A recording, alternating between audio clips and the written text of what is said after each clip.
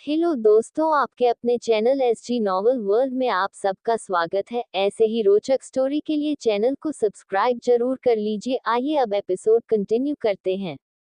Episode 21। Anya और अर्नव की शादी संपन्न हुए। परी अपने शादी की मंडप से भागकर मिस्टर कपूर के लिए अपने प्यार का इजहार कर देती है, जिसके बाद अर्नव उससे शादी तोड़ देता है और किसी और से शादी के लिए कहता है। अर्नव का ये फैसला सुनकर सभी हैरान हो जाते हैं। वही कौशल्या जी अर्नव को लेकर अपने साथ स्विमिंग साइड चली आती है। अब आगे कौशल्या अर्नव को लेकर स्विमिंग पूल की तरफ आ जाती है। ये सब क्या है अर्नव?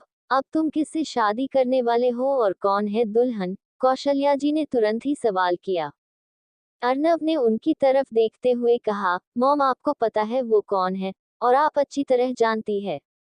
कौशल्या जी थोड़ा नाराजगी के साथ, बेटा इस वक्त पहेलियां मत बुझाओ, मुझे बताओ कि वो कौन है। क्या परी के साथ जो कुछ भी हुआ है वो तुमने किया है? क्या तुम्हें पहले से पता था कि वो किसी और के साथ? अर्नव ने अपनी गर्दन हिला दी। वही कौशल्या जी अब एकटक अर्नव के जवाब का इंतजार कर रही थी। अर्नव उनके चेहरे की तरफ देखते हुए बोला, आन्या। मैं आन्या से शादी करूं? कौशल्या जी उसकी बात सुन बिल्कुल चौंक गई। उनका मुंह हैरानी से खुल गया। वो बोली, ये क्या कह रहे हो तुम? वो कैसे ये शादी कर सकती है? उद्धरण चिन्ह। वही रूम में आन्या काफी घबराई हुई बैठी थी और आजीविका उसे शांत करवा रही होती है। आजीविका ने आन्या को गले से लगाया हुआ था और उसके सिर को सहला रही थी। वो बोली, वो सब बेहद भयानक था। मुझे भी समझ नहीं आ रहा कि अचानक मिस्टर कपूर इस हालत में कैसे। आन्या घबराई सी आवाज में बोली, क्या तुम उन्हें जानती हो? उद्धरण चिन्ह। हाँ, वो 2 साल पहले डैड के साथ बिजनेस डील कर रहे थे, पर वो अपने बिजनेस में बहुत फ्रॉड करते थे, इसलिए डैड ने उनके साथ सारे रिलेशन तोड़ दिए। आन्या इस बात के बाद खामोश हो गई। वही आजीविका उसके पीछे को सहलाते हुए बोली, तुम शांत हो जाओ, कुछ नहीं हुआ है। नीचे भाई है ना, वो सब संभाल लेंगे। मैं तो यही चाहती हूँ कि ये रिश्ता टूट जाए और वो भयंकर परी मेरी भाभी ना बने। वही नीचे सभी मेहमान पंकज जी को कुछ ना कुछ बातें कहते जा रहे थे। मिसेज सिन्हा बोली, शादी होगी भी या नहीं? मिसेज सिंघानिया अर्नव को लेकर कहाँ गई है? मिस्टर सिंघानिया, कहीं आप लोग बदनामी से बचने के लिए तो ये सब नहीं कर रहे हैं? वही मिस्टर आलूविया बोले, हाँ मुझे भी यही लगता है कि ये लोग बदनामी से बचना चाहते हैं, इसलिए ये सब कर रहे हैं। वरना अगर दुल्हन होती तो अब तक मंडप में अर्नव के साथ बैठी होती, पर यहाँ तो कोई दुल्हन नहीं है। हाँ, हमें चलना चाहिए। वैसे भी बहुत तमाशा हो गया है, मीडिया में वैसे भी खबर पहुंच चुकी है, और बदनामी तो होनी ही है। मिस्टर जिंदल बोले। सभी मेहमान बस आरोप प्रत्यारोप करते जा रहे थे, और पंकज जी के पास अब बोलने को कुछ भी नहीं था। वही कौशल्या जी तो अर्नव की बातें सुनकर पूरी तरह खामोश हो चुकी थी। अर्नव ने अपनी मॉम के चेहरे को एकटक देखते हुए कहा, मॉम आप जाकर अपनी दुल्हन को मंडप में लेकर आ जाइए। मैं मंडप में जा रहा हूँ, बाहर मेहमान इंतजार कर रहे हैं, और अगर मैं नहीं गया तो वो सभी बहुत सारी बातें बनाएंगे जो कि मैं बिल्कुल नहीं चाहता। कौशल्या जी उसका हाथ पकड़ते हुए बोली, पर वो तुमसे शादी कैसे कर सकती है अर्नव? वो कभी भी इस शादी के लिए राजी नहीं होगी। अर्नव हल्की स्माइल के साथ, अगर आप ये काम नहीं कर सकती है तो कोई बात नहीं, मैं अपनी होने वाली दुल्हन को खुद लेकर आ जाऊंगा। कौशल्या जी अर्नव की बातें सुनकर और भी ज्यादा परेशान हो गई। वो अच्छी तरह जानती थी अगर वो आन्या को लेने नहीं जाएगी तो अर्नव उसे मंडप में ले आएगा, चाहे वो जोर जबरदस्ती से ही लाना पड़े। नहीं, मैं ले आती हूँ, तुम मंडप में जाओ, कौशल्या जी बोली। अर्नव ने अपनी गर्दन हिलाए, अपना सेहरा संभाला और मंडप की तरफ चला गया। पर कौशल्या जी के सिर पर एक बोझ सा बन गया। कौशल्या जी परेशान होकर अपने आप से बोली, मैं कैसे उस बच्ची को ये सब कहूँ? वो तो मेरे भरोसे इस घर में आई थी, मैं कैसे अपने बेटे की शादी उससे करवा दूँ? अगर आन्या इस शादी के लिए नहीं मानी तो क्या होगा? लेकिन उनके पास कोई भी चारा नहीं था। आज उन्हें आन्या को अपने बेटे अर्नव की दुल्हन बनना था। वही ऊपर आन्या अभी शांत हो चुकी थी। वो दोनों हॉल में क्या हो रहा है ये देखने के लिए नीचे ही जा रहे थे, लेकिन तभी उनके रूम में कौशल्या जी आ जाती है। कौशल्या जी को देखकर आजीविका बोली, नीचे क्या हो रहा है मॉम? सब कुछ ठीक तो है ना? कौशल्या जी आजीविका की बात सुनकर उसकी तरफ देखते हुए बोली, कुछ भी ठीक नहीं है, लेकिन हमें सब कुछ ठीक करना होगा। उनकी ये बात सुनकर आजीविका और आन्या एक दूसरे के चेहरे की तरफ देखने लगती है। मॉम, आप साफ साफ कहें कि क्या कहना चाह रहे हो? फिलहाल कुछ भी बताने का वक्त नहीं है। तुम्हें थोड़ी देर में सब कुछ समझ आ जाएगा। कहते हुए कौशल्या जी आन्या के पास आती है और आन्या के सिर पर अपने हाथ में पकड़ी हुई लाल रंग की चुनर डाल देती है। आन्या और आजीविका असमंजस से कौशल्या जी को ये सब करते हुए देख रहे थे। मॉम, आप ये सब क्या कर रहे हो? आन्या को ये चुनर, उद्धरण चिन्ह। कौशल्या जी आन्या का हाथ अपने हाथों लेते हुए, प्लीज बेटा, मेरे बेटे से शादी कर लो, प्लीज। कौशल्या जी की बात सुनकर आन्या और आजीविका दोनों उन्हें आंखें फाड़ कर देखने लगते हैं। आजीविका तुरंत बोल पड़ी, ये सब क्या कह रही है मॉम आप? आन्या कैसे भाई से शादी कर सकती है? उद्धरण चिन्ह। आन्या, तुम्हारे पास कोई और रास्ता नहीं है। अर्नव तुमसे शादी करना चाहता है। नीचे मंडप में वो तुम्हारा वेट कर रहा है। आन्या को तो अपने कानों पर विश्वास ही नहीं हो रहा था। शादी? वो ये शादी कैसे कर सकती थी? वो भी उस शख्स से जिससे वो इतना डरती है। उसने कौशल्या जी को मना करना चाहा, पर वे कुछ बोल नहीं पा रही थी। उसकी आंखों से आंसू छलकने लगे। मॉम, आन्या ये शादी नहीं कर सकती। हमें इसकी मर्जी भी जाननी होगी कि ये भाई से शादी करना चाहती भी है या नहीं। तुम्हें अच्छी तरह पता है इस घर में वही होता है जो तुम्हारे भाई चाहते हैं, और अगर उसने फैसला कर लिया है कि उसे आन्या से करनी है तो आन्या को ये शादी करनी होगी, क्योंकि अगर अर्नव खुद यहाँ पर आ गया तो फिर हम में से कोई कुछ नहीं कर पाएगा। इसलिए आन्या की भलाई इसी में है कि वो ये शादी कर लेवे। कौशल्या जी फिर आन्या की तरफ हुए बोली, बेटा, मैं तुमसे रिक्वेस्ट करती हूँ कि अर्नव के गुस्से को भड़काने की कोशिश मत करो। हम सभी ने तुम्हारे लिए जो कुछ भी किया उसके बदले ही सही, लेकिन इस शादी के लिए मान जाओ। आन्या कौशल्या जी की बात सुन उनके चेहरे को एकटक हैरानी से देखने लगी। उसे ताजुब हो रहा था कि कौशल्या जी ये सब कह रही थी, वो भी सिर्फ इसलिए कि उन्होंने उसकी मदद की थी। आजीविका कुछ बोलने को हुई, तभी कौशल्या जी उसकी तरफ देखते हुए बोली, आन्या को लेकर मेरे साथ चलो, वरना अर्नव किसी भी वक्त यहाँ आ जाएगा। आजीविका के अंदर भी अब इतनी हिम्मत नहीं थी कि वो अर्नव के खिलाफ कुछ बोल पाए। वो भी अपने भाई को अच्छी तरह जानती थी, अगर उन्होंने एक बार कोई फैसला ले लिया तो फिर वो अपने आप की भी नहीं सुनते थे।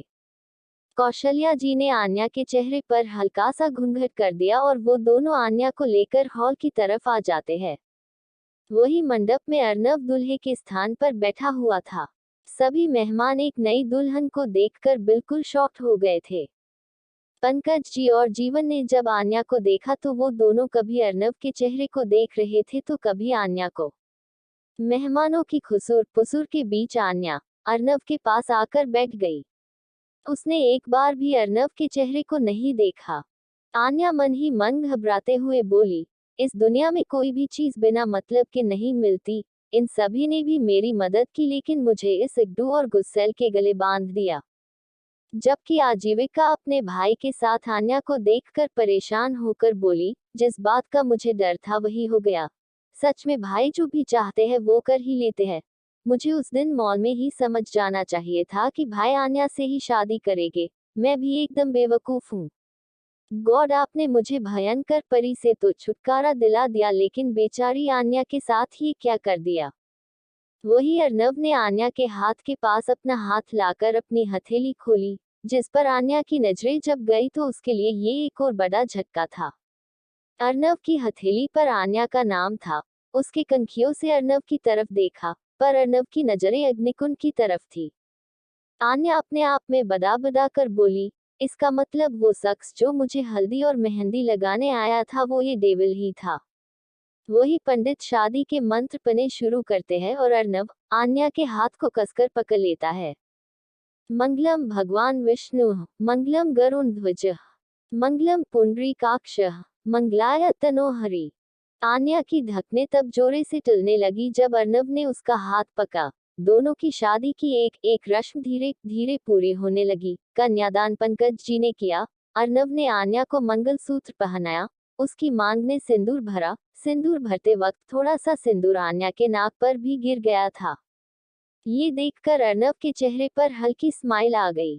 वही दूसरी तरफ आन्या घबराई हुई सी अपने आप से बोली, मन तो कर रहा है कि इस शादी से ही भाग जाऊं, लेकिन ना तो जुबान काम कर रही है और ना ही हाथ पैर। उद्धरण चिन्ह।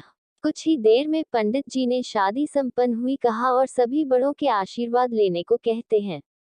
अर्नव और आन्या सभी बड़ों का आशीर्वाद लेते हैं।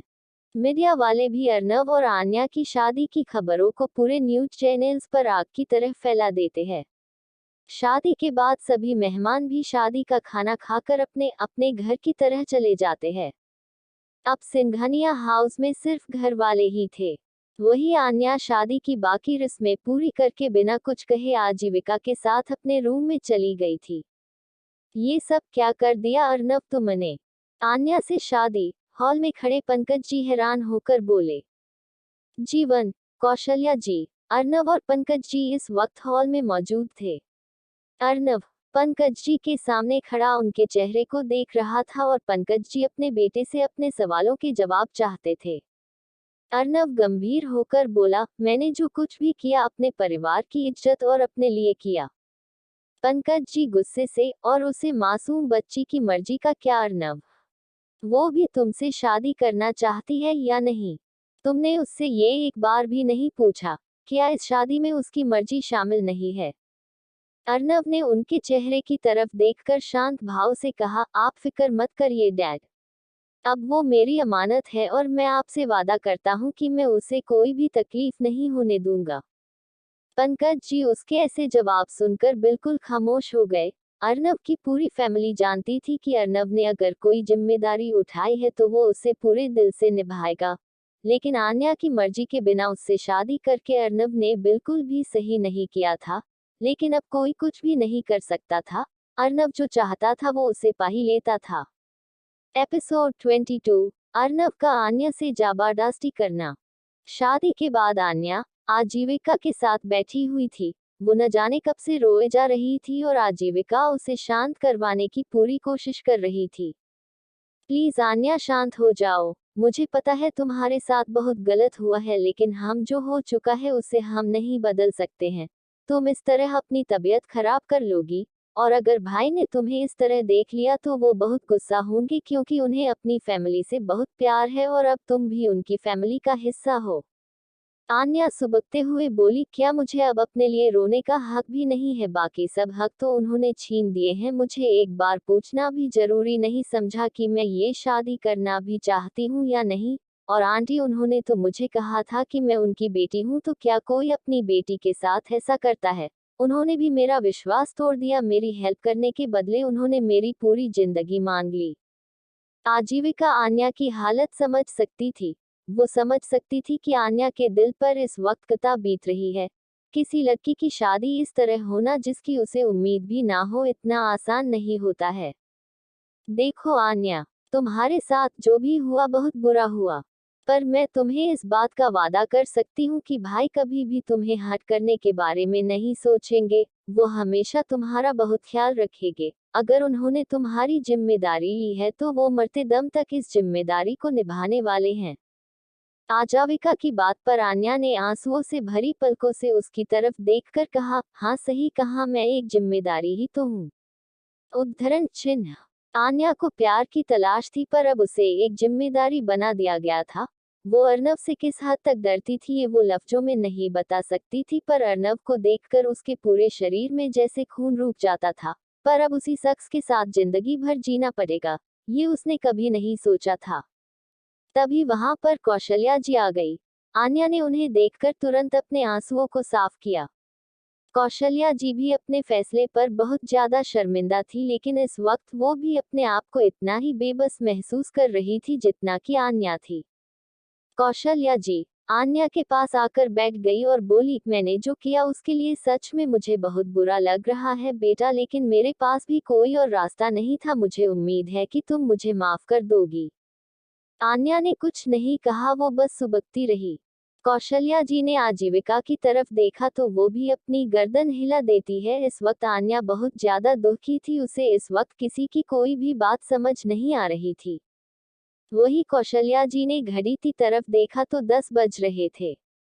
बेटा, अब तुम्हें अपने रूम में चलना चाहिए। अब ये रूई तुम्हारा नहीं है।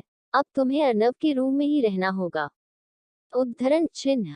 कौशल्या जी के मुंह से ये सुनकर आन्या अपनी आंखों को बड़ी बड़ी करते हुए उनकी तरफ तो कभी आजीविका की तरफ देखने लगी।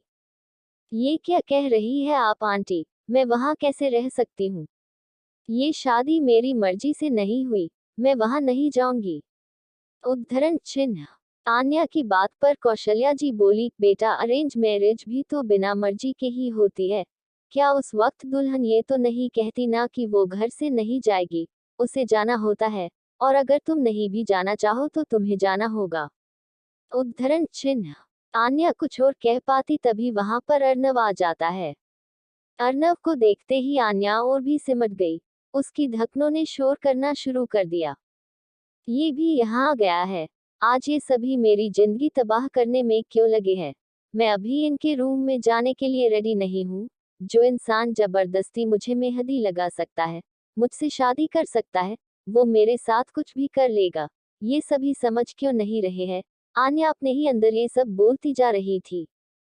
वही आन्या की पकड़ बेडशीट पर कसती जा रही थी, जैसे जैसे अर्नव अपने कदम उसकी तरफ बढ़ा रहा था। कौशल्या जी और आजीविका तो पता था कि अब क्या होने वाला है। अर्नव आन्या के पास आकर अपना हाथ उसकी तरफ बढ़ाते हुए बोली, मिसेज सिंघानिया, चलिए, बहुत रात हो गई है, हमें सोना भी है, आप बहुत थक गई होगी। अर्नव के मुंह से इतने प्यार भरे लफ्ज सुनकर सभी शॉक्ड होकर उसे देखने लगे। वही आन्या को तो उसके प्यार भरी बातों से भी डर लग रहा था। आन्या घबराई हुई सी अपने आप से बोली, ये डेविल मुझसे इतना प्यार से बात क्यों कर रहा है? आन्या, इतना मत सोचिए, वही खड़ूस और एरोगेंट ही है। बस जिस तरह बकरे को हलाल करने से पहले उसे खिलाया पिलाया जाता है, वैसे ही ये भी तुझसे मीठी मीठी बातें करके तुझे बहला रहा है। आन्या ने कोई भी जवाब नहीं दिया, वो अपने ख्यालों में खोई हुई सी अर्नव को देखती जा रही थी। तभी कौशल्या जी बोली, बेटा आन्या, अर्नव तुम्हें लेने खुद आया है, इसके साथ जाओ। आन्या पीछे सिसक गई और घबराते हुए बोली, नहीं, मैं कहीं नहीं जाऊंगी, मैं आजीविका के साथ ही रहूंगी। आन्या के मुंह से ये सुनते ही अर्नव उसे छोटी छोटी आंखें करके देखने लगा। वही आजीविका अपने माथे पर हाथ मारते हुए खुद से बोली, आन्या, आज अपने साथ मुझे भी मरवाएगी। इसी नहीं पता, अगर ये भाई के साथ नहीं गई तो भाई अपना सारा रूम ही यहाँ लेकर आ जाएंगे। अर्नव उसे एकटक देखते हुए कहा, आन्या, चलो मेरे साथ। उद्धरण चिन्ह। आन्या नहीं मानी। वो छोटे बच्चों की तरह घबराकर अपनी गर्दन को हिला देती है। आन्या, अर्नव ने इस बार उसके ना पर जोर डालते हुए कहा। पर जब आन्या नहीं मानी और उसने बच्चों की तरह कौशल्या जी का पल्लू पकड़ लिया, वो उनके पीछे छिप जाती है और अपनी आंखों को कसकर बंद कर लेती है। बेटा अर्नव, कौशल्या जी ने कुछ कहना चाहा पर अर्नव ने उन्हें अपने हाथ के इशारे से रोक दिया। अगले ही पल आन्या को कुछ अजीब लगता है, उसे लगता है जैसे वो हवा में है। आन्या ने झटके से अपनी आंखें खोली तो इस वक्त अर्नव ने उसे अपनी बाहों में उठाया हुआ था। कौशल्या जी और आजीविका के सामने अर्नव ने जब आन्या को अपनी बाहों में उठाया तो आन्या शर्म से पानी पानी हो गई। वो अपने हाथ पैर हिलाना चाहती थी पर अर्नव उसकी आंखों में देख रहा था। घबराहट के मारे वो कुछ बोल भी नहीं पाती। अर्नव ने उसके चेहरे से अपनी नजरें हटाकर आजीविका की तरफ देखते हुए कहा, आन्या के कपड़े मेरे रूम में ले आओ, आज से ये वहीं पर रहेगी और अगर इसने वापस यहाँ आने की कोशिश की तो मैं भी यहीं पर अपना सारा सामान सेट करवा लूंगा। ये बात उसने आन्या की आंखों में देखते हुए कही। आन्या अब बहुत डर गई। उसकी दोबारा हिम्मत हो ही नहीं पाई कि वो अर्नव के सामने अपना मुंह खोल पाए। आन्या ने अपने दोनों हाथों से अर्नव की शेरवानी को कसकर पकड़ा हुआ था, जैसे एक छोटा बच्चा डर से किसी चीज को पकड़कर रखता है। आन्या को डर लग रहा था कि कहीं और ना उसे नीचे ना गिरा दे, यही सोचकर उसने अर्नव को पकड़ा हुआ था। आन्या ने अर्नव के चेहरे को एकटक देखा, वही अर्नव उसे अपनी बाहों में उठाकर रूम से बाहर की तरफ बढ़ जाता है। आन्या लगातार उसके चेहरे को देखती जा रही थी। आन्या ने पहली बार अर्नव को इतने करीब से देखा था। शायद अब उसे समझ आ रहा था कि इतनी लड़कियां अर्नव के पीछे पागल क्यों थी, क्योंकि दिखने में वो किसी प्रिंस चार्मिंग से कम नहीं था, ऊपर से इतना अमीर और पैसे वाला भी था। किसी चीज की कमी नहीं थी सिवाय इस चीज के कि उसे प्यार से बात करना नहीं आता था, और लगता भी वो किसी खड़ूस डेविल जैसा। आजीविका ने तुरंत आन्या के सारे कपड़े निकाले और सूटकेस में भरते हुए सूटकेस लेकर अर्नव के रूम की तरफ चल दी। जबकि कौशल्या जी ने अपने हाथ जोड़ लिया और भगवान से बोली, हे भगवान, इस बच्ची का भला करना, मदद करने के लिए इसे घर में लाई थी और आफत में फंसा दिया। सारी गलती मेरी ही है, मैंने ही इस बच्ची की जिंदगी को खराब कर दिया। पता नहीं मेरे बेटे के साथ ही जिंदगी भर कैसे रहेगी। दूसरी तरफ अर्नव ने आन्या को बेड पर बैठाया और उसकी तरफ झुकते हुए बोला, कब से देखती जा रही हो मुझे, अब बस भी करो, ये चेहरा तुम्हारे लिए ही है, जिंदगी भर देख लेना। उद्धरण चिन्ह। आन्या सकपका गई, उसने अपनी नजरें दूसरी तरफ हटाए। अर्नव भी उसे देखते हुए मुस्कुराकर उससे दूर हट जाता है। आजीविका आन्या के कपड़े लाकर अर्नव के रूम में रख देती है और आन्या ने बेचारगी को साथ आजीविका के चेहरे की तरफ देखा। आजीविका ने उसे शांत रहने को कहा और गहरी सांस लेने का इशारा करते हुए वहां से चली जाती है। अब रूम में सिर्फ अर्नव और आन्या थे। अर्नव वार्डरोब से कपड़े लेकर चेंज करने चला जाता है। आन्या रूम की सजावट देखकर बहुत ज्यादा घबरा गई थी। पूरा रूम फूलों से सजा हुआ था, कैंडल्स जल रही थी, बिल्कुल सुहागरात वाला रूम लग रहा था। आन्या को भी चेंज करना था, लेकिन उसे डर भी लग रहा था। उसने घड़ी की तरफ देखा तो सिर्फ 11 बजे बज रहे थे। अभी तो सिर्फ 11 बजे बज रहे हैं, पता नहीं रात भर क्या होने वाला है। ये टाइम इतना धीरे क्यों चल रहा है आज, आन्या बड़बड़ा कर बोली। कुछ ही पलों बाद वॉशरूम का दरवाजा खुलता है और अर्नव ने ट्राउजर और टी शर्ट पहनी हुई थी। वो आन्या के पास आकर बोला, ये कपड़े भारी है, जाओ जाकर चेंज कर लो, मैं तब तक तुम्हारे लिए खाना से आता हूँ। आई नो तुमने डिनर नहीं किया है। आन्या अर्नव को देखते हुए, नहीं मुझे कुछ नहीं खाना है। इतना कहकर आन्या ने सूटकेस से कपड़े निकाले और चेंज करने चली गई। अर्नव उसे जाता हुआ देखकर मुस्कुरा देता है। कुछ ही पल बाद आन्या नॉर्मल सूट पहनकर बाहर आती है। उसने अपनी नजरें दौड़ाई तो अर्नव रूम में कहीं पर नहीं था। तभी उसे वार्डरोब साइड से कुछ आवाजें आती है तो वो उस तरफ चली जाती है। सामने अर्नव को देखकर वो उसे एकटक देखने लगती है। अर्नव वार्डरोब में उसके कपड़े सही से रख रहा था। अर्नव ने आन्या को एक नजर देखा। उसके इस तरह देखने पर आन्या घबराकर जैसे ही वहां से जाने लगी, तभी दीवार से उसका सिर लगता पर अर्नव ने बीच में ही अपना हाथ रखकर उसे बचा लिया।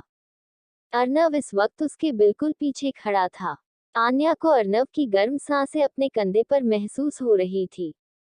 अर्नव ने आन्या के बालों को एक तरफ से पीछे किया और उसके दोनों कंधों को पकड़कर धीरे से फुसफुसाकर बोला, be careful my wifey, I can't tolerate it if something hurts you. Arnav की ये बात सुन आन्या अंदर से पूरी तरह कांप जाती है। उसकी धड़कनें ट्रेन की तेजी से चलने लगी। आन्या को अर्नव की गर्म सांसें महसूस कर शरीर में सिहरन सी होने लगी और एक तेज कट उसके शरीर में दौड़ जाता है। एपिसोड 23, आन्या और अर्नव की फर्स्ट नाइट। अर्नव को अपने इतने करीब देखकर आन्या की सांसें तेज चलने लगी। अर्नव ने आन्या की कमर पर अपने दोनों हाथ रखे और धीरे धीरे अपने हाथों को उसके पेट पर लेकर आ गया। अर्नव उसके कान के पास आकर फुसफुसाते हुए बोला, be careful my wifey, I can't tolerate it if something hurts you. Arnav को अपने इतने करीब देखकर आन्या का पूरा शरीर कांपने लगा। वो अपनी आंखें कसकर बंद कर लेती है। आन्या की धड़कनें इस वक्त इतनी तेज और आवाज के साथ चल रही थी कि अर्नव भी उसे आसानी से सुन पा रहा था। अर्नव उसके कान के पास से दूर हटते हुए बोला, खाना नहीं क्या है वाइफी। उद्धरण चिन्ह। आन्या ने अपनी आंखें खोलकर अर्नव की तरफ देखा तो वो वार्डरोब की तरफ से बाहर निकलकर उसकी तरफ देख रहा था। आन्या ने अपने आप को संभाला और अपनी पूरी हिम्मत जुटाकर बोली, मैं अभी सोना चाहती हूँ, मुझे भूख नहीं है। उद्धरण चिन्ह। उसकी यह बात सुनकर अर्नव की आंखें छोटी छोटी हो गई और वो आन्या को घूरते हुए देखने लगा।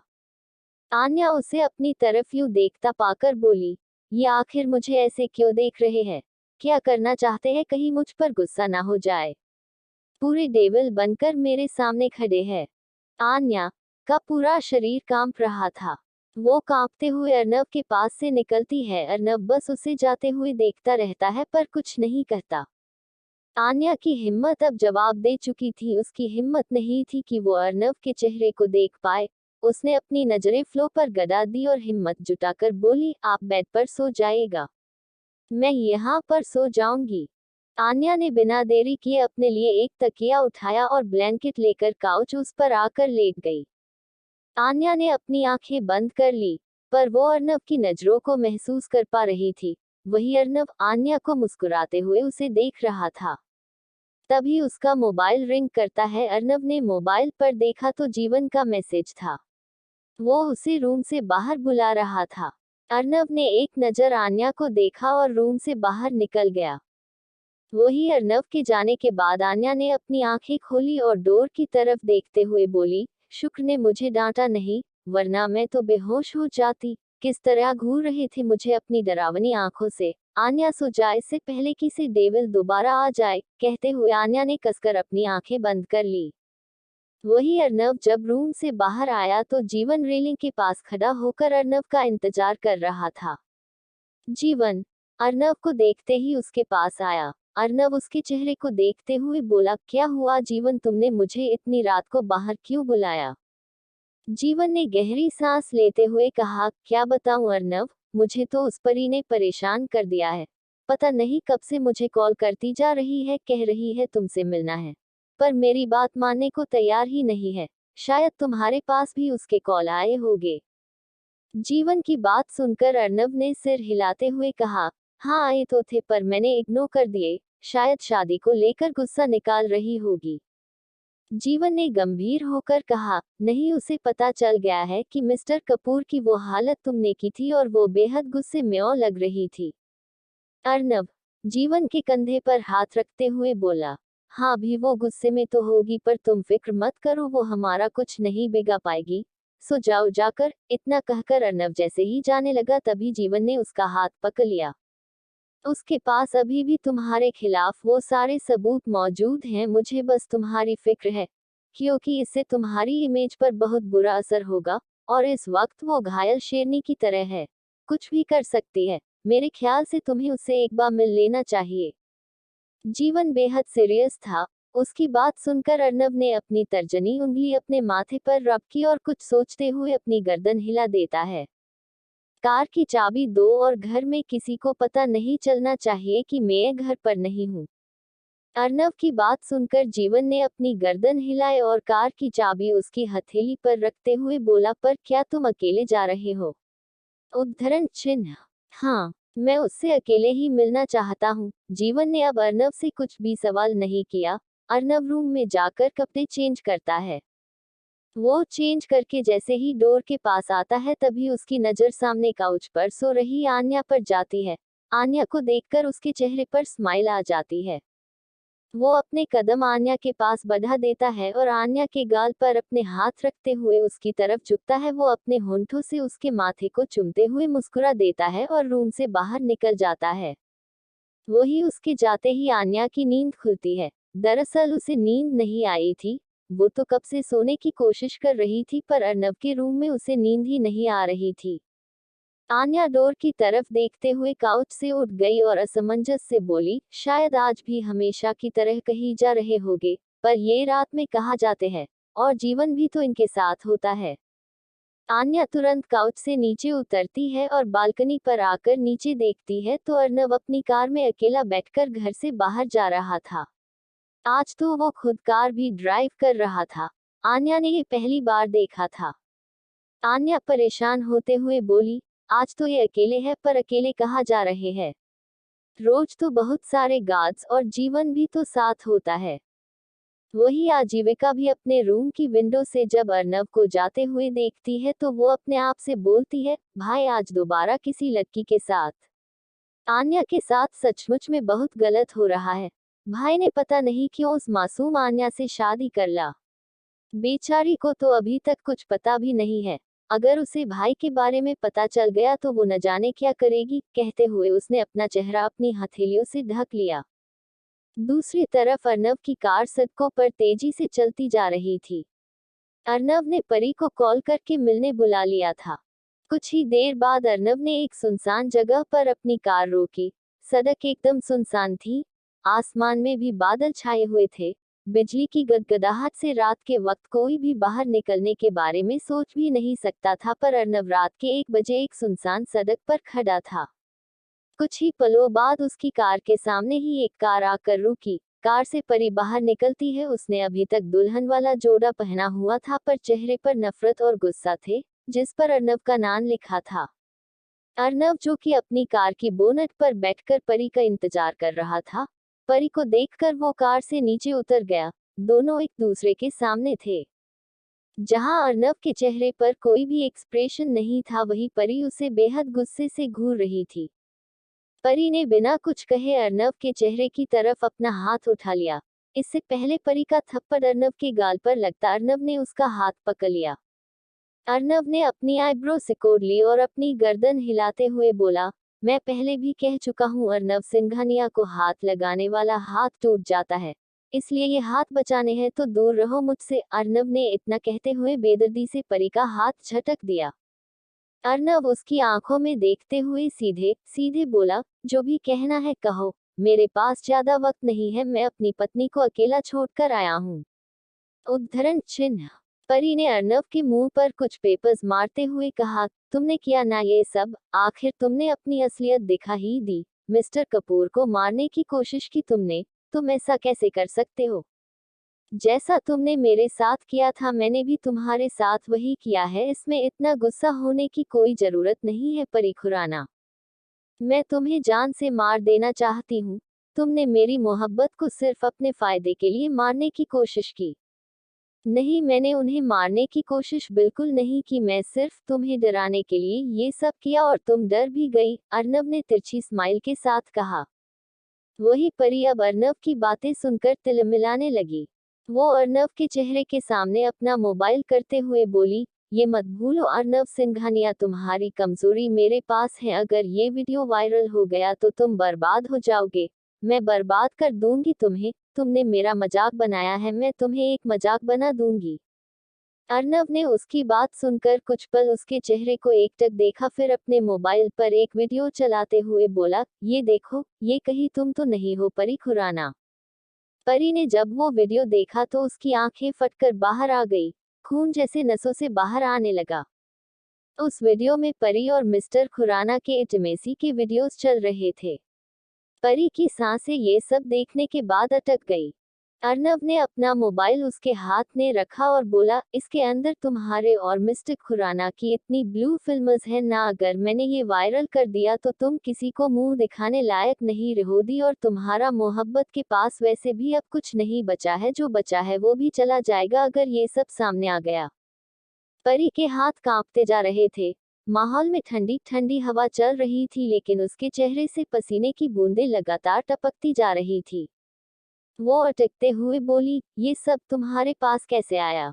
अर्नव ने उसके हाथ से अपना मोबाइल लेते हुए कहा, जब से तुम मिस्टर कपूर के साथ थी तब से मेरे पास ये सब चीज मौजूद है, लेकिन मैं तुम्हें कभी भी ब्लैकमेल नहीं करना चाहता था और ना ही मेरे मन में तुम्हें ब्लैकमेल करने के लिए कोई भी ख्याल था, लेकिन तुम्हारी हरकतें देखकर मुझे पता था कि तुम एक न एक दिन मेरे लिए खतरा जरूर बनोगी, इसलिए तुम्हारे खिलाफ ये सारी सबूत मेरे पास पहले से मौजूद थे।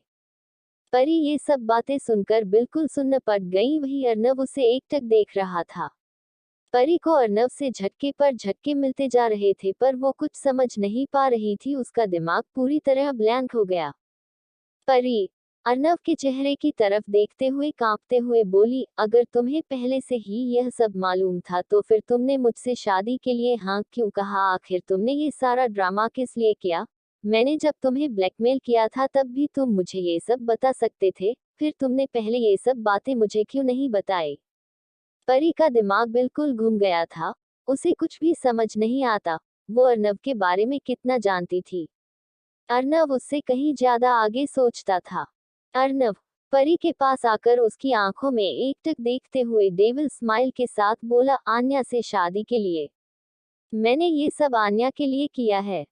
परी उसकी ये बात सुनकर बिल्कुल हक्की बक्की होकर उसके चेहरे को देखने लगी। एपिसोड 24, तुम मेरी हो और लव बाइट। तुझको मैं खुद में बसा लूं सांसों की तरह, तू शामिल है मुझ में दिल और धड़कन की तरह। परी के सवाल पर अर्नव ने उसकी तरफ देखते हुए कहा, मैं जो कुछ भी किया आन्या के लिए किया। परी ने जब अर्नव के मुंह से यह बात सुनी तो उसके पैरों तले जमीन खिसक जाती है। वो अर्नव को हक्की बक्की होकर देखने लगी। परी ने अर्नव के चेहरे को देखते हुए हैरानगी के साथ कहा, क्यों तुमने उस लड़की के लिए ये सब क्यों किया?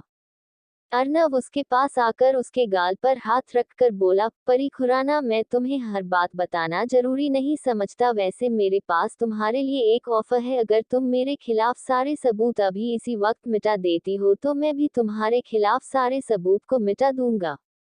परी ने उसके चेहरे को गुस्से से घूरते हुए कहा, तुम यह अच्छा नहीं कर रहे हो अर्नव सिंघानिया। अगर तुम्हें अपने फायदे का सौदा भी बुरा लग रहा है तो मैं इसमें कुछ नहीं कर सकता परी, क्योंकि अगर तुमने जरा भी चालाकी की तो मैं क्या कर सकता हूँ उसका अंदाजा अब तक तुम्हें हो चुका होगा। अर्नव ने उसकी तरफ देखकर मुस्कुराते हुए अपनी आईब्रो उठा दी। परी उसके गुस्से से घूरती रही लेकिन कुछ कर नहीं पा रही थी। वैसे तुम्हें याद है ना, मिस्टर कपूर भी हॉस्पिटल में एडमिट है। उद्धरण चिन्ह। परी ये देखकर डर से कांप गई। शायद अभी तक उसे अर्नव के दिमाग का अंदाज हो गया था। देखो, तुम मिस्टर कपूर के साथ कुछ नहीं करोगे, कुछ भी नहीं। अर्नव ने बेफिक्री से कहा, मैं करने को बहुत कुछ कर सकता हूँ लेकिन अगर तुम मेरी बात मान लोगी तो तुम्हारा कुछ नहीं जाएगा। याद रखना, मैं अपने वादे का हमेशा पक्का हूँ। परी ने गुस्से से दांत पीस लिए, लेकिन वो कर भी क्या सकती? अर्नव के आगे वो कुछ भी नहीं थी, वो अच्छी तरह जानती थी। परी ने अपने मोबाइल से अर्नव के खिलाफ सारे सबूत मिटा दिए और बोली, मैंने मान ली तुम्हारी बात, अब भी तुम भी वीडियोस डिलीट कर दो। अर्नव ने अपना मोबाइल परी की तरफ बढ़ते हुए कहा, अपने हाथों से अपने खिलाफ सबूत में मिटा लो। परी ने अर्नव के हाथों से मोबाइल लिया और अपने खिलाफ सारे सबूत मिटा दिए। अर्नव उसके चेहरे के एक्सप्रेशन देख रहा था। परी ने अर्नव को उसका मोबाइल वापस लौटाया और उसे घूरते हुए बोली, तुमने आज जो कुछ भी मेरे साथ किया है उसका बदला तो मैं तुमसे लेकर रहूंगी। अर्नव सिंघानिया। अर्नव टी स्माइल के साथ शौक से, मैं भी उस वक्त का इंतजार करूंगा, कहते हुए अर्नव ने उसे हल्का सा सैल्यूट करते हुए आई विंक की और अपनी कार लेकर वहां से निकल गया। परी अपने सामने सिर्फ अर्नव की कार को जाते हुए देखती रहती है। उसने अपना मोबाइल गुस्से से सड़क पर पटक दिया और उसे पैरों तले कुचलते हुए बोली, तुम बहुत पछताओगे अर्नव, बहुत ज्यादा। वही अर्नव जब घर आया तो जीवन गार्डन में बेचैनी से टहलते हुए उसका इंतजार कर रहा था। अर्नव की कर को देखकर वो भागते हुए कर के पास आता है। कार से निकलते ही जीवन ने अर्नव पर सवालों की बौछार कर दी। क्या हुआ अर्नव? क्या तुमने परी के पास मौजूद सारे सबूत ले लिए हैं? उसने तुमसे क्या कहा था? क्या वो अभी भी तुम्हें ब्लैकमेल कर रही है?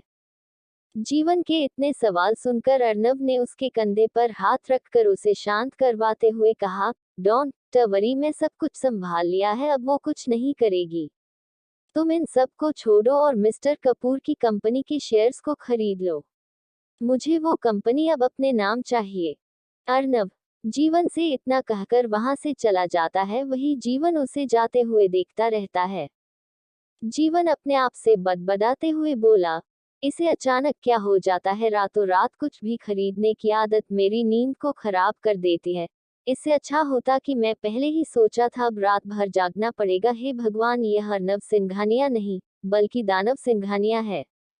वही अर्नव जब अपने रूम में आया तो आन्या सो चुकी थी। अर्नव ने अपने कपड़े चेंज किए। वो आन्या के पास आता है। काउच पर सोने में उसे बहुत ज्यादा तकलीफ हो रही थी। उसका एक हाथ एक तरफ हवा में झूल रहा था और उसकी साइज के हिसाब से काउच भी छोटा था। फिर भी वो बेफिक्र होकर आराम से काउच पर सो रही थी। अर्नव ने उसकी हरकत देखकर मुस्कुराते हुए उसके पास ही फ्लोर पर बैठ गया और उसके हाथ को अपने हाथ में लेकर चूम लेता है। तुम सच में अलग हो, सभी से बेहद अलग। शायद इसलिए ही अर्नव सिंघानिया की नजरें बार बार तुम पर ठहर जाती है। अर्नव उसे मुस्कुराते हुए एकटक देख रहा था। वही आन्या सोते हुए बिल्कुल किसी मासूम गुड़िया जैसी लग रही थी।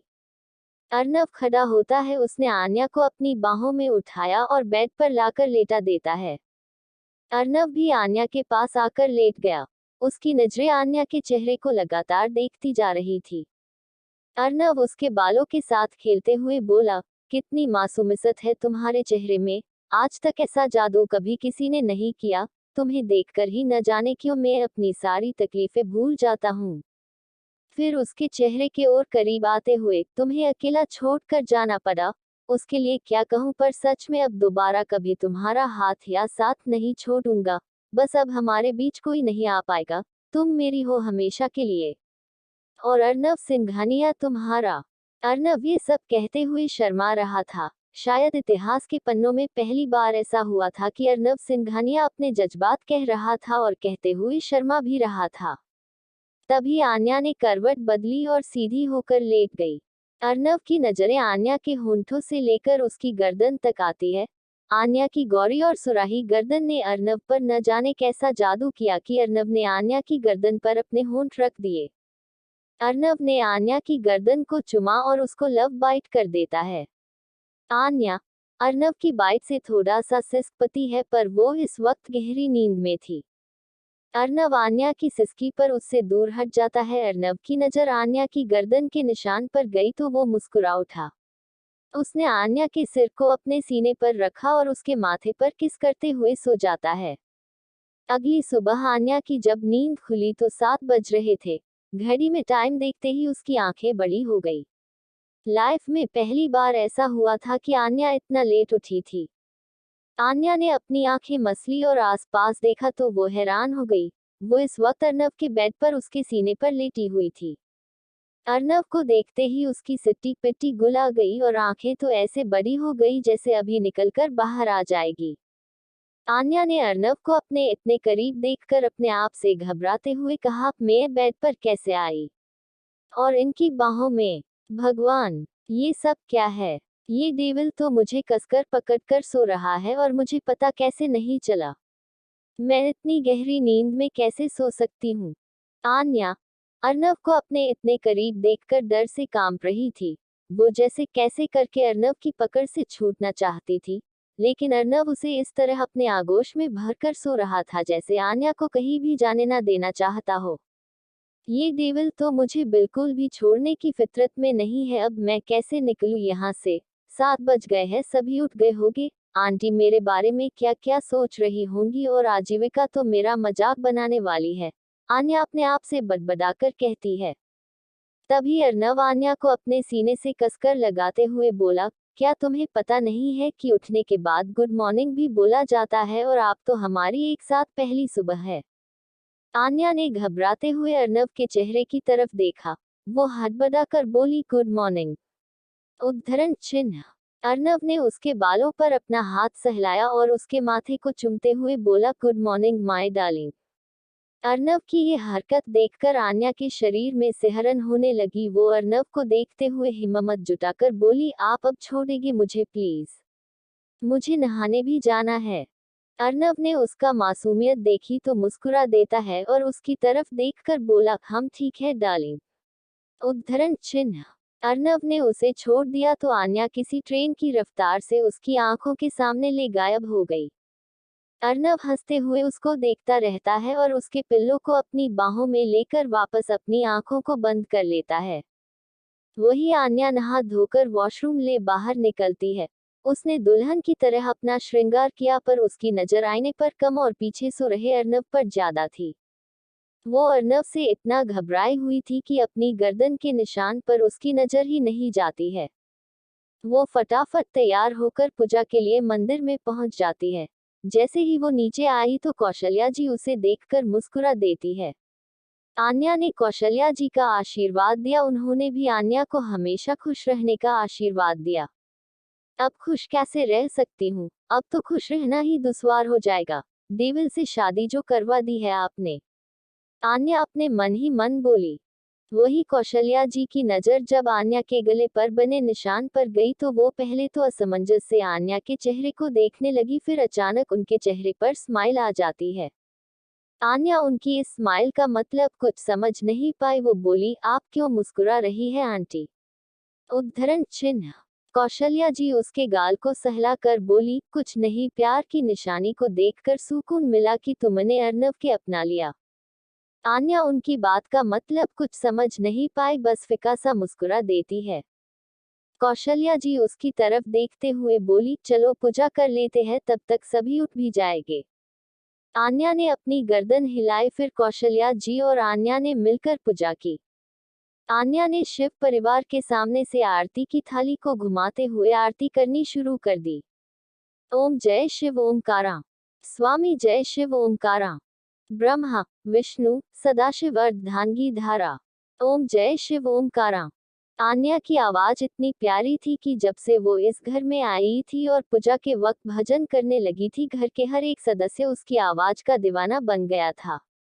वो भजन इतने प्यार से और इतनी मीठी आवाज में गाती थी कि हर कोई उसकी तारीफ करता था। सच में छोटी मालकिन की आवाज तो बहुत प्यारी है, ऐसा लगता है जैसे सुबह सुबह माँ सरस्वती खुद इस घर में भजन कर रही हो। घर की सर्वेंट ललिता ने निर्मला जी से आन्या की तारीफ करते हुए कहा।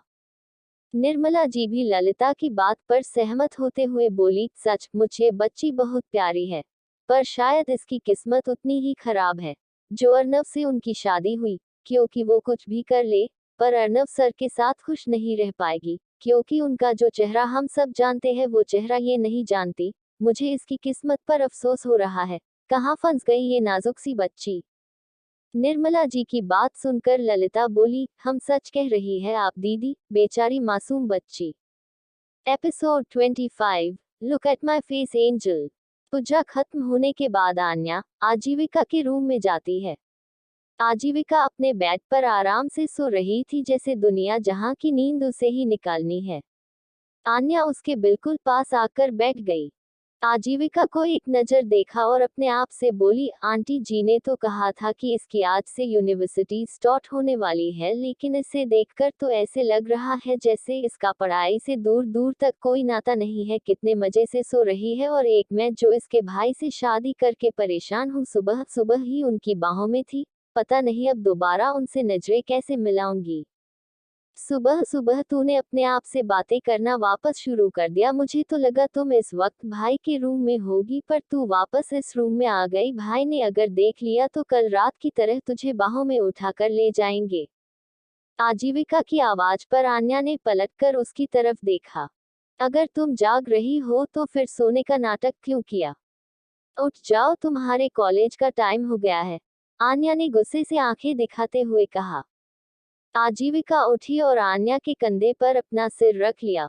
उसके गले में अपनी बाहें डालते हुए बोली, मैं तो चली जाऊंगी, तुम बताओ रात में सब कुछ कैसा रहा भाई और तुम्हारे बीच?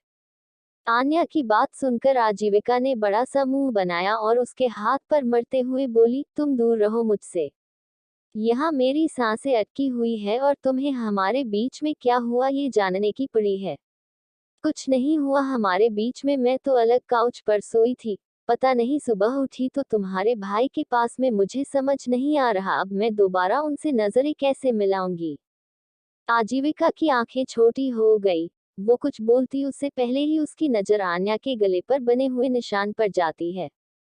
आजीविका ने जैसे ही उसके गले का निशान देखा तो उसने अपनी हथेली को अपने मुंह पर रख लिया और बोली, ओ माय गॉड, ये क्या है आन्या? उद्धरण चिन्ह। आन्या अनसमझस से क्या है? उद्धरण चिन्ह। आजीविका ने उसकी गर्दन आईने के सामने करते हुए उसके गले की तरफ फिंगर पॉइंट करके कहा, ये लव बाइट है ना? तुम इसे बिना छिपाए बाहर आ गई। उद्धरण चिन्ह। आन्या ने जब अपने गले पर लव बाइट देखी तो उसकी भी सांसें अटक गई। उसने तुरंत अपना हाथ गले पर रख लिया और हड़बड़ाकर बोली, मुझे नहीं पता ये कैसे, मतलब हम दोनों के बीच तो कुछ भी नहीं हुआ था, फिर ये कैसे हो सकता है?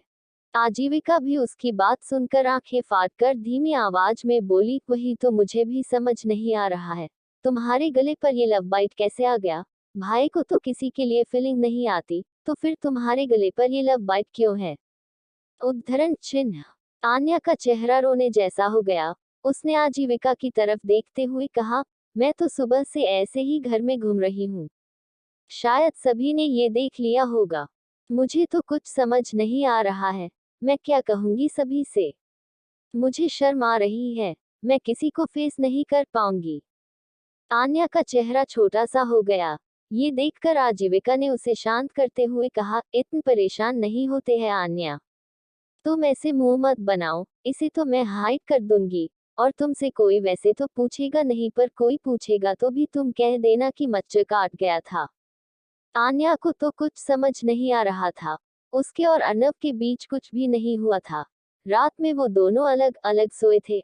अर्नव ने उसे ये बाइट कब दी उसे नहीं पता था। उसने तो आखिर बार अर्नव का चेहरा तभी देखा जब वो घर से बाहर जा रहा था। उसके बाद तो वो सो गई थी, उसे कुछ भी नहीं पता था। आन्या ने अपना एक हाथ अपने मुंह पर रखा और अपने में सोचने लगी, ये कब हुआ होगा? क्या हम दोनों के बीच पहली रात वो सब हो गया जो एक पति पत्नी के बीच होता है? अगर वो मेरे करीब आए होते तो मुझे पता चलता। लेकिन मुझे तो कुछ भी नहीं पता, ऐसा कैसे हो सकता है? अब मैं उनसे पूछूंगी कैसे? मुझे तो उन देवल को देखकर ही रोना आ जाता है। उनसे ये पूछना तो मेरे लिए नामुमकिन होगा। क्या सोच रही है बैठे बैठे? मैंने बोला ना, इतना परेशान मत हो। ला, मैंने अभी इसे हाइड कर देती हूँ। आजीविका ने उसका हाथ उसके गले से हटाया और अपने मेकअप से उस लव बाइट के निशान को हाइड करने लगी। वही आन्या ने छोटा सा मुंह बनाया। वो सकपका कर बोली, मैं सच कह रही हूँ, मेरे और उनके बीच कुछ भी नहीं हुआ है। ये पता नहीं कैसे। उद्धरण चिन्ह। आजीविका अपने कंधे उठाकर अपने धुन में बोली, हाँ मुझे पता है। तुम्हारे और उनके बीच वैसे भी नहीं हो सकता है। भाई तुम्हारे करीब सिर्फ वैसे ही आए होंगे जैसे वो। कहते हुए आजीविका की आवाज अचानक रुक गई।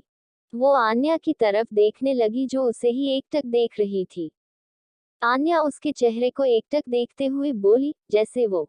आजीविका ने मन ही मन अपने आप से कहा, ये क्या बोल रही है आजीविका? पागल हो गई है क्या? अगर आन्या को सब पता चला तो इसे बहुत बुरा लगेगा और भाई की कमजोरी के बारे में इसे नहीं बता सकती, क्योंकि इसके साथ जो कुछ भी हुआ है उसके बाद भाई के बारे में ये सब चीजें बताना, no no way. Aanya sorry, but मुझे तुमसे ये बातें छिपानी ही होगी। उद्धरण चिन्ह। आजीविका अपने आप में खोई खुद से ही ये बातें कर रही थी, तभी आन्या बोली, बोलो क्या बोल रही थी तुम जैसे वो। उद्धरण चिन्ह। आजीविका ने बात बदलते हुए कहा, वो सब हम बाद में डिस्कस करेंगे। देखो तुम्हारा ये निशान भी हाइड हो गया है। उद्धरण चिन्ह।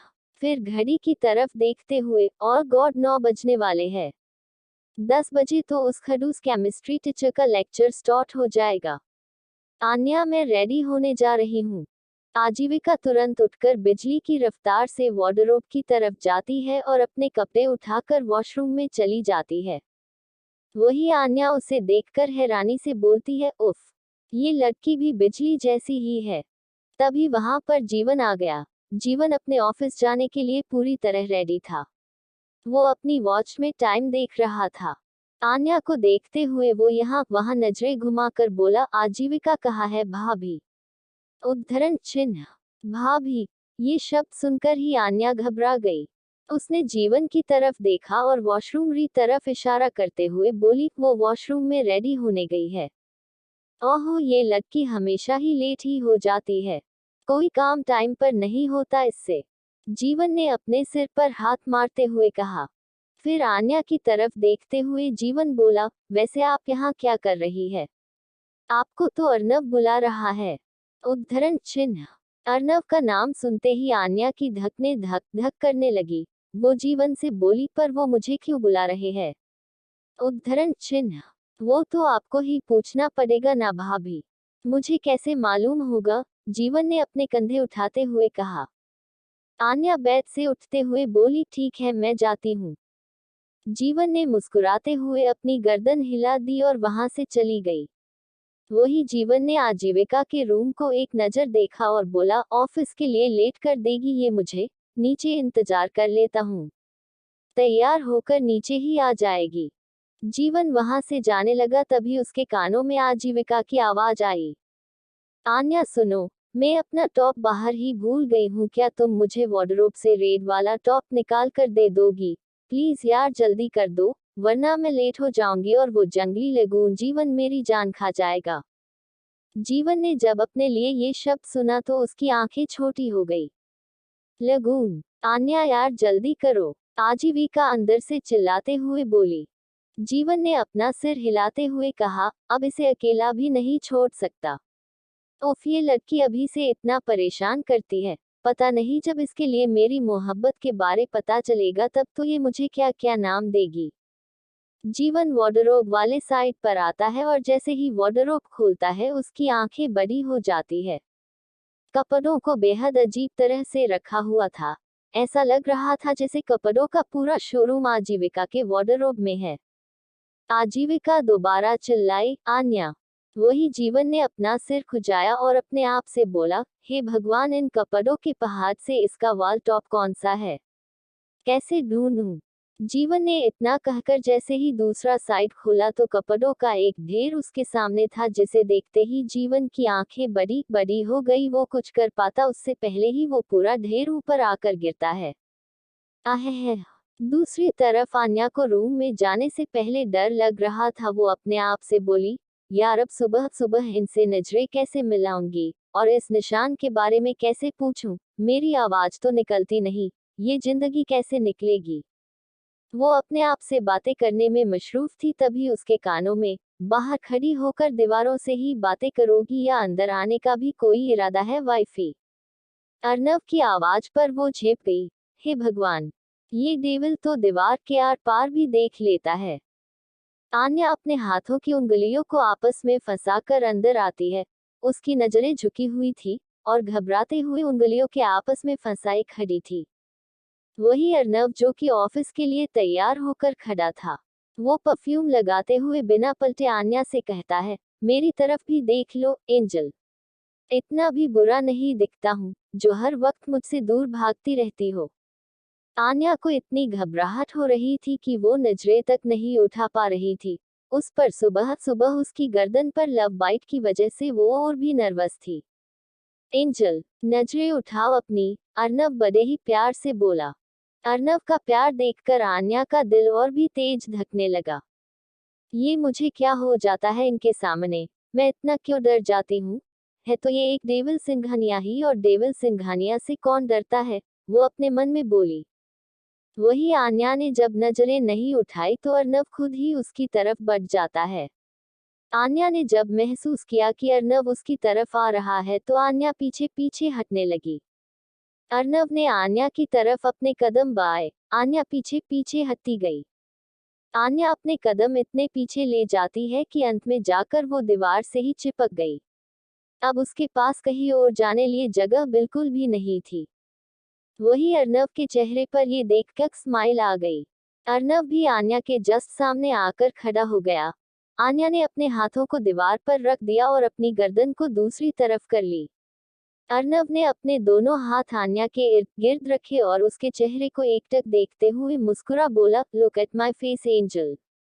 बाकी का नेक्स्ट एपिसोड नेक्स्ट पार्ट में कवर करेंगे। कहानी को लाइक शेयर कमेंट जरूर करें और प्लीज लाइक भी जरूर करें। Thank you.